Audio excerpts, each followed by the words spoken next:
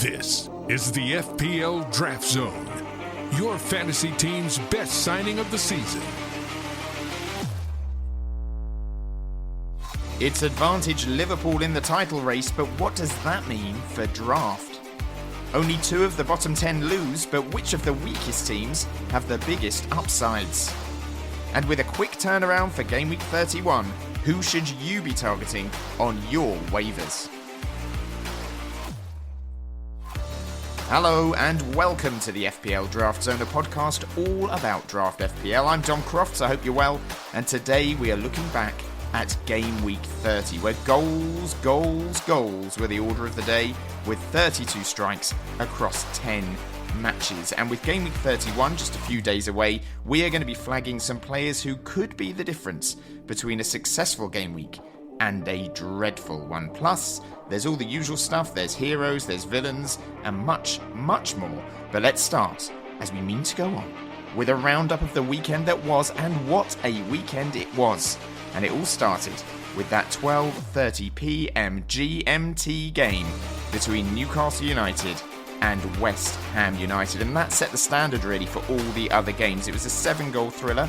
It finished Newcastle 4, West Ham United 3. Alexander Isak and Harvey Barnes with 2 goals each. Anthony Gordon getting a hat-trick of assists, but then getting sent off for a second booking. Barnes is a player we need to think about, and he is a player we're going to be talking about a little later on this show, ahead of Newcastle's next game, which is with Everton on Tuesday. Then in the 3 o'clocks, it finished Bournemouth 2, Everton 1, Solanke scoring again for Bournemouth. Beto on the score sheet for Everton. Everton are just 3 points off the relegation zone now. They haven't won in their last 12 games, so it's not looking good for them. Chelsea 2, Burnley 2 at Stamford Bridge. Cole Palmer scoring twice for Chelsea, but it wasn't enough to beat Burnley. Josh Cullen getting a goal and an assist for the Clarets. Vincent Kompany's side are now unbeaten in their last 3 matches.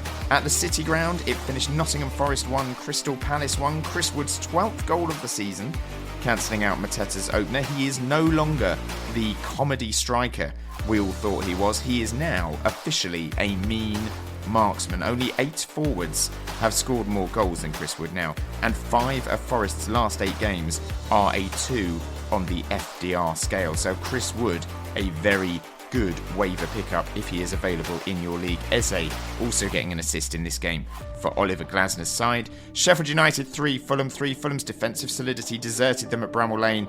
Ben Brereton Diaz hauled. He got 2 goals and an assist and a 15-point return. Muniz scoring again for Marco Silva's side though, so if you've still got him in your side, well done. Spurs 2, Luton 1. Luton led at half-time thanks to a goal from Chong, but Spurs turned it around thanks to a very late winner from Heung-min Son. Brennan Johnson picking up 2 more assists for Spurs. It's now 4 goals and 9 assists for him this season.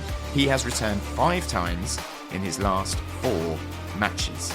In the 5:30 kickoff, it finished Aston Villa 2, Wolves 0. Moussa Diaby returning to form for Villa with a goal and an assist. No Cunha for Wolves. Managers who moved to bring him in early will be hoping that he is back and features against Burnley on Tuesday. And then in the 8 o'clock game on Saturday, it finished Brentford 1, Manchester United 1. Brentford absolutely battered Manchester United, but they nearly lost it. Mason Mount scoring a late goal for the Red Devils, but Brentford did eventually save a point thanks to Aya's 2nd goal in as many games. Ivan Toney could have hauled in that one. Brian and Boomer also hit the bar, but it finished 1-1. And then on Sunday in the race for the title, Liverpool got things started with a 2-1 win at Anfield over Brighton and Hove Albion. It wasn't easy for them, but Luis Diaz and Mo Salah turned around the game after Danny Welbeck had scored early on for Brighton. Liverpool went top of the table before the big one, which finished Manchester City 0, Arsenal 0. Clean sheets all round, but very little else to report, in truth, as the champions and last year's runners-up share a point apiece. So those are the results from what was a properly entertaining weekend of football. But which players deserve a standing ovation and which ones were an abomination? It's time for winners and losers. The FPL Draft Zone. Winners and losers.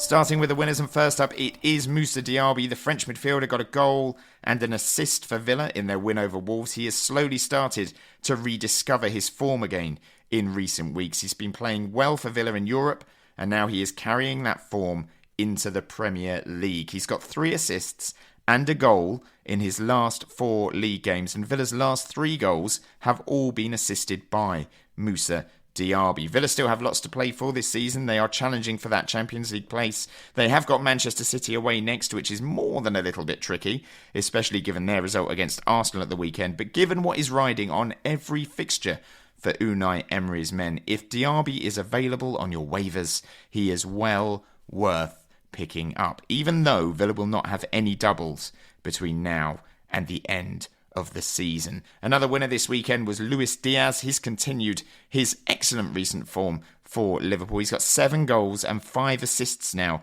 for the season, and he seems to have nailed down one of those 3 starting spots in Liverpool's attack. He could have had more in this game as well. He had a goal disallowed that was super tight, and Liverpool are at home to Sheffield United next. So assuming that Diaz is not rested for that one, you would hope for more points if you own him. Other winners this weekend, we're going to mention a few players we recommended last week as possible pickups who returned this week. And these were players who were showing signs of form based on their XG, their XA and their XGI stats from their last 5 matches. Luis Diaz was one of those, by the way, but the others included Dwight McNeil, who going into this weekend had the 5th highest XA over the last 5 game weeks, and he finally got his reward this week with an assist for Beto against Bournemouth. Another player we flagged last week for their recent XA stats was Mykhailo Mudryk, and he got an assist as well against Burnley. Chelsea are still fairly underwhelming, I think it's fair to say, but Mudryk is starting to show a bit more consistency for the Blues. They have Manchester United and Sheffield United next. And in the Forest and Crystal Palace match, we suggested Mateta as a possible pickup based on his XG stats of late, and he scored against Nottingham Forest. He's now got 3 goals in his last 4 games. And Morgan Gibbs-White, who was high for XA stats last week but was underperforming them by 50% over his last 5 matches, also got a return with an assist for big Chris Wood's goal. So all in all, it turns out that stats don't lie, and if you're showing signs of picking up points without delivering, well, it's more a matter of time than anything terminal. As for the losers from Gameweek 30, we're going to go for Fulham defenders. They were so good last week against Spurs. They have been under the radar solid all season. They've now got the 4th most clean sheets of all teams in the top flight, and a game against Sheffield United looked like a gimme. It seemed like the perfect opportunity to trust Marco Silva's men and invest in them, but 3 goals conceded meant just 1 point apiece for the likes of Robinson and Castagne. And if you went big with Fulham defensive assets, I'm afraid they let you down badly. So that's some winners and losers for you, but who went above and beyond for their side and sent a pick me message to draft managers? It's time to reveal our fantasy hero of the week.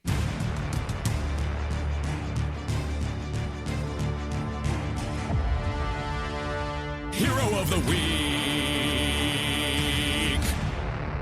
And there can only be one Hero of the Week this week, and that is Harvey Barnes. He's been a recommendation on this show before. He has failed to live up to the hype. He has failed to live up to our expectations of him.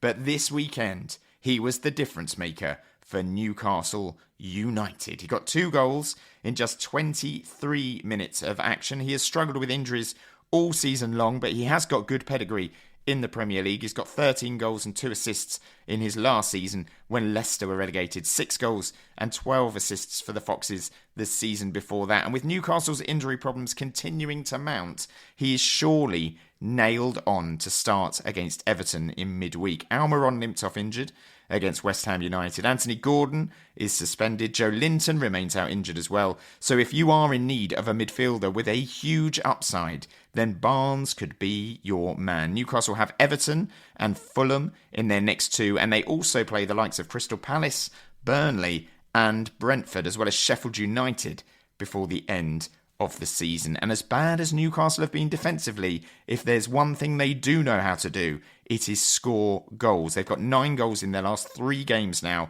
and that is why after a few false dawns, now might finally be the time to invest in Harvey Barnes, our Game Week 30 Fantasy Hero of the Week.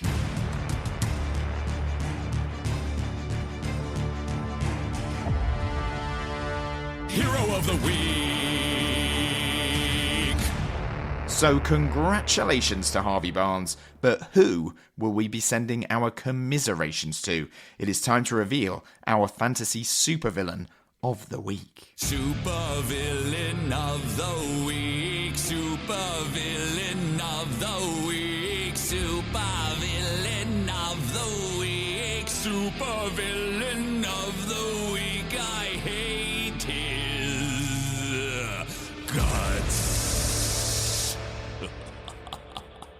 And this week's supervillain of the week is Harvey Barnes' teammate, Anthony Gordon. Now, it might seem weird to include a man who got 3 assists and 8 points in this section, but Anthony Gordon's second yellow card for kicking the ball away against West Ham United was a real kick in the teeth for his owners. Just 8 points in the end, no bonus points. His assists alone should have been worth 9 points, and certain bonus points should have followed had he not been sent off. Gordon will now miss the game on Tuesday against Everton, and that is a massive blow for Newcastle because he has returned in every single match at St James's Park this season, bar one, which was against Nottingham Forest back in game week 18. He has been brilliant all season. He was impressive for England as well. He is an incredible waiver if you manage to get him in before your rival bosses. But for 1 week only, this fantasy hero is a fantasy villain. Anthony Gordon, shame on you. Supervillain of the week, supervillain of the week, supervillain of the week, supervillain of the week. I hate his guts. So Game Week 30 is over, and it is a very quick turnaround for Game Week 31. You need to get those waivers in shape for 6 p.m. on Easter Monday GMT. So, given the lack of time to get everything sorted, I thought the best thing we could do this week is to go through each game fixture by fixture and highlight a few names who might still be available on your waivers, who can hopefully get you that win or that points haul to make a difference in your league. So we'll start with the games on Tuesday. Newcastle taking on Everton at St James's Park. We've already highlighted Harvey Barnes as a very decent pickup if you have room in your midfield. He would be one of the top picks for me this week if he's available. He is guaranteed minutes in that one. But Dwight McNeil is another name we flagged who is far from a sexy pick but could be a solid one outside of those two in this game. Isaac is obviously a no-brainer, but is likely to be taken, and apart from that, it's pretty slim pickings.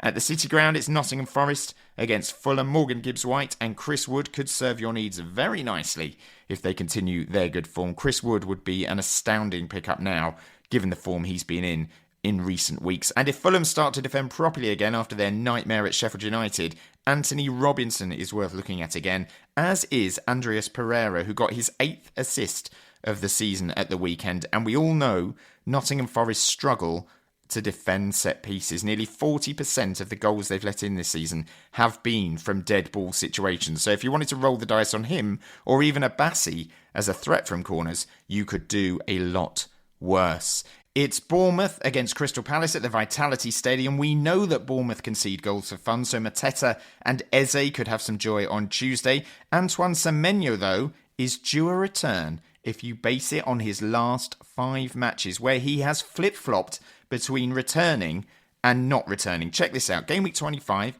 8-point return. Game week 26, no return. Game week 27, 7-point return. Game week 28, no return. Game week 29, 13-point return. Game week 30, no return. Game week 31, we shall see, won't we? So based on nothing more than a lovely little pattern there, Semenyo could score big against Crystal Palace. It's Burnley against Wolves at Turf Moor. Wolves should have Cunha back for this one, you would hope.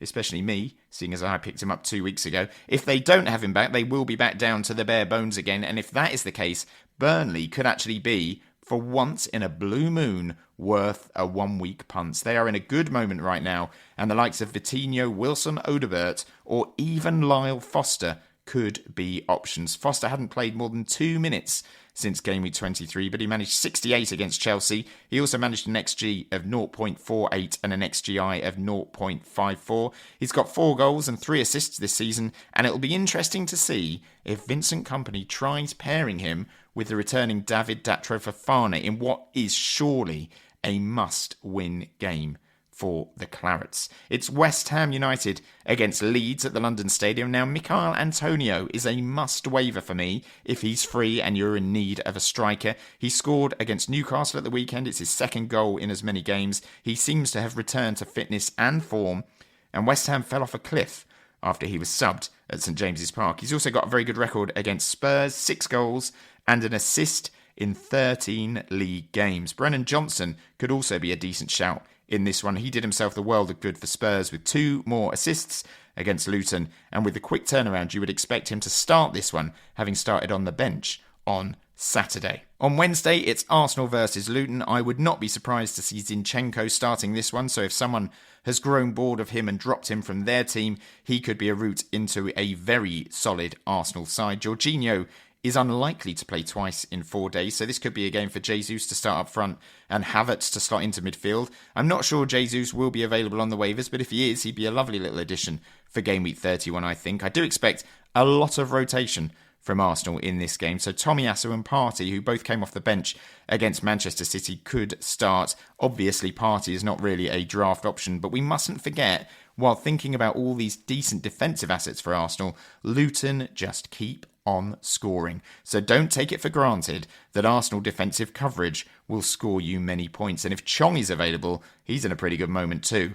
And I can't believe I'm saying that. It's Brentford against Brighton. Bryan Mbeumo almost made an instant impact after coming off the bench against Manchester United. I would expect him to start this one against Brighton, especially given the precarious predicament Thomas Frank's side find themselves in. Danny Welbeck and Simon Adingra look good against Liverpool, and Estupiñán seems to have won back his starting place for Brighton as well. So if you're in need of a defender with an attacking upside, he has started the last 3 games in a row now. So if a manager grew weary, tired of holding on to Estupiñán through all the tough times, and he's available on your waivers, you could do a whole lot worse than pick him up.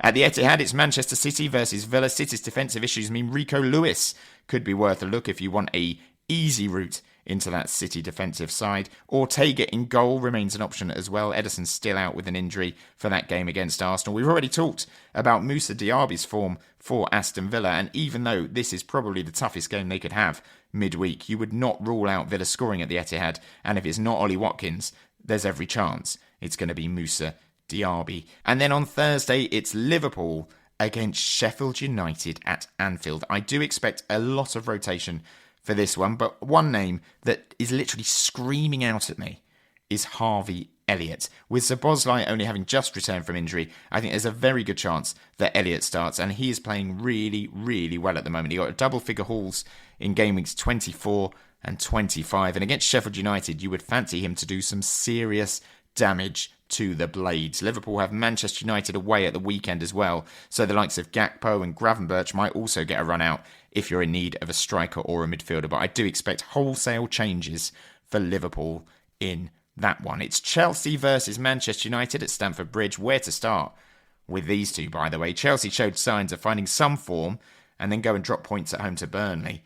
10-man Burnley. Manchester United were absolutely dreadful against Brighton and could have lost heavily, but Lisandro Martinez did make a return from the bench for United, and last time he did return to the United side, they did find some form. 2 wins, 1 draw, and a clean sheet before he got injured again. Mason Mount also came off the bench against Brentford. I'm sure he'd love to start against his old club, but I can see him starting on the bench. As for Chelsea, Ben Chilwell could return after his dead leg. Malo Gusto is an injury doubt for Chelsea, so Cucurella, who was filled in at right back before, could switch flanks. Conor Gallagher only played an hour against Burnley, but you would expect him to return and to start against United.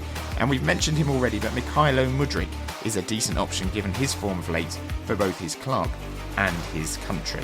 So that is a very quick look at the midweek games, and it has to be quick because you need to set your waivers in less than 24 hours as you listen to this. Hopefully we have flagged a few players who might be available in your league who could earn you some valuable points, but that is almost it for today. A reminder that Gameweek 31 starts very soon. On Tuesday the 2nd of April there is a 6 PM GMT deadline that you must adhere to. The deadline for your waivers is Monday the 1st of April at 6 PM. We will be back next week with all the latest from Draft FPL as the climax to the league season edges ever closer. In the meantime though, if you are listening to this and you like what you hear, please do not forget to subscribe. It's the best way to ensure you do not miss an episode. And I know I keep banging this drum, but I'm going to bang it some more. If you can, if you would be so kind, cup in hand, I am coming to you. Please leave a review on whatever podcast platform you listen to us on. It would do us the world of good, and it would make this podcast more spottable to all other draft managers. So it'd be brilliant if you could do us a solid and do that for us. You can also give us a follow on social media if you like. We're at FPL Draft Zone on X and on Instagram. But that really is it from us for today. Happy Easter. I hope you've enjoyed your eggs. And until next time, good luck with all things draft. And bye for now.